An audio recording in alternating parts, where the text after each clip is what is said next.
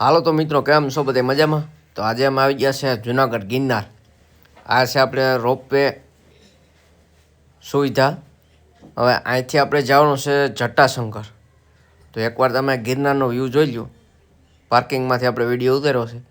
ગિરનાર ઉપર ધુમ્મસ છે એક ધારી, અને વાદળા હાવ નીચે આવી જાય, ગિરનારને ટચ કરીએ. હાલો તો હવે આપણે અહીંથી આગળ વધીએ. હવે અહીં આપણે થોડાક આગળ હાલીએ ને એટલે કંઈક આવો વ્યૂ આવે છે. જો મંકી છે અને પબ્લિક તમે જો ને જટાશંકર તો વાત પૂછો હું ભાઈ, દુનિયાની પબ્લિક હતી. અહીંયા બોડિયા મારેલા જ છે જટાશંકર જવા માટે, અહીંયાથી રસ્તો જાય છે. આ જો અંદર વરસાદ હોય તો આ તમને ઝરણા જોવા મળે છે.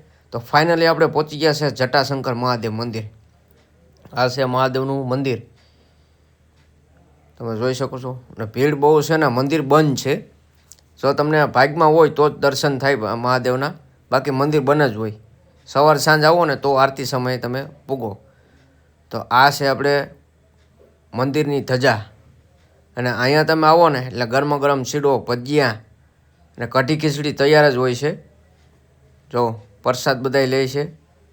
ને હવે તમને દર્શન કરાવું મહાદેવના અંદર શિવલિંગના. જટામાંથી પાણી આવે છે. જો આ છે અંદરનું દ્રશ્ય. ઉપર પણ શિવલિંગ છે, નીચે પણ શિવલિંગ છે.